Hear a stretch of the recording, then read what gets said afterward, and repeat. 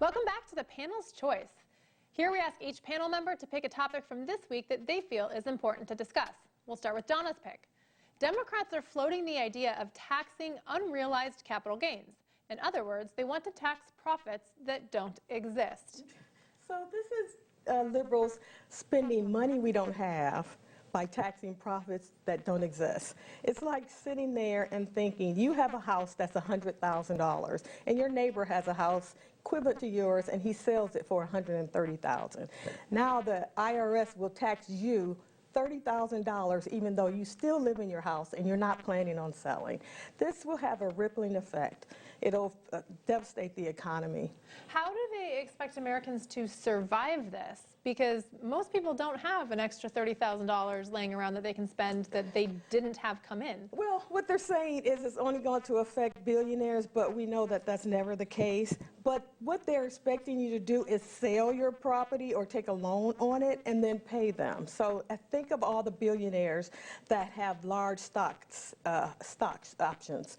They'll have to sell those and then pay the IRS. But that will make the stock market crash, and a lot of people's 401ks will be worth dramatically less. And this seems to be a way to basically strip real estate from the middle to low class and give it to the upper class, the people who can actually afford to pay taxes that they didn't earn, or figure out a way to get out of it. But it seems to be a way of stripping property from the middle and lower class. Well, that's what they want. If you don't have money, then you're beholden to the government, and the government can control your life. So that's why they're pushing for this universal income for everyone, because they want you to survive on that and not be able to pass down generational wealth. Wow, that is astonishing. Thank you very much for the topic. Next, we have Chris Farrell's pick. The Biden administration is finding out the hard way that concerned parents are not a national security threat. Chris, are you sure? Yeah, I'm quite certain. This is outrageous overreach once again, where a school board association issues a letter demanding that there be federal law enforcement or Justice Department involvement in protecting school boards and various school administrators around the country because they don't like the pushback they've been getting on the crazy CRT stuff and the transgender boutique crisis that's ongoing. And because of that, Attorney General Garland overreached and promised that he would get involved. I know that in the past few days in Fairfax County, Virginia, there were unmarked federal law enforcement cars and Federal Protective Service vehicles and a helicopter overhead at a school board meeting. This is craziness. The School Board Association has since apologized and retracted their letter because they essentially called motivated, involved parents terrorists. Yeah. But this is this is federal law enforcement once again overreaching, overextending itself, and trying to treat parents as though they were criminals, and It's outrageous. And we saw a couple of states actually withdraw their membership from the National School Board Association. Ohio is one of them, yes. Right, I think Missouri I saw did as well. I don't understand why go after parents. Yeah, this is the insanity. Terry McAuliffe, who's running for governor in Virginia against a guy named Glenn Youngkin, McAuliffe committed the truth during a debate and said, well, I'm not going to allow parents to get involved in their kids' education, or words to that effect. I'm paraphrasing. But he committed the truth. This is, the left loves to control the I'm going to say bureaucracy, the bureaucratic part of education, and they dominate it. They do. Sadly, a lot of conservatives are, kind of at home on the couch watching TV, and they don't get involved in what's going on in education at all. And then they're shocked and amazed that their kids are being programmed to be little junior Marxists. The Marxism is rampant. Right. Montgomery County, Maryland has got some outrageous, we got all their lesson plans and the PowerPoint presentations for their critical race theory and their diversity, inclusion, and equity classes. This is Bolshevik material. And they're pumping it into the heads of little middle schoolers. And I actually saw, I cannot remember where this was, I think it was in Florida, but there was a parent who actually took one of the books from the school library and read it aloud at a school board meeting, and it was so profane and obscene that they called security on him and had him removed from the meeting. Right. It's perverse. It is really sick. And when people stand up respectfully but forcefully, and they confront these officials at school board meetings, they become hysterical. They go to pieces because they can't stand the scrutiny or the accountability. They can't stand it. Yeah, astonishing. Thank you for the topic. Next, we've got Terry's Pick. The Virginia governor's election is on Tuesday, and the American Principles Project is taking sides. In Loudoun County, Virginia, a 15-year-old girl was brutally raped by a male student wearing a dress in the girls' bathroom. Democrats covered it up. A few weeks later, the same male student raped a 14-year-old girl. Terry McAuliffe won't protect our daughters in their most private spaces. Democrats say this would be transphobic. Will your daughter be next? Virginia, vote against Terry McAuliffe. Paid for by American Principles Project PAC, not authorized by any candidate or candidates committee. Terry, that is a strong message. It's a strong truth. Look, Democrats for years have been attacking Republicans like myself and conservatives who've been simply just trying to protect our daughters from sexually and gender confused people.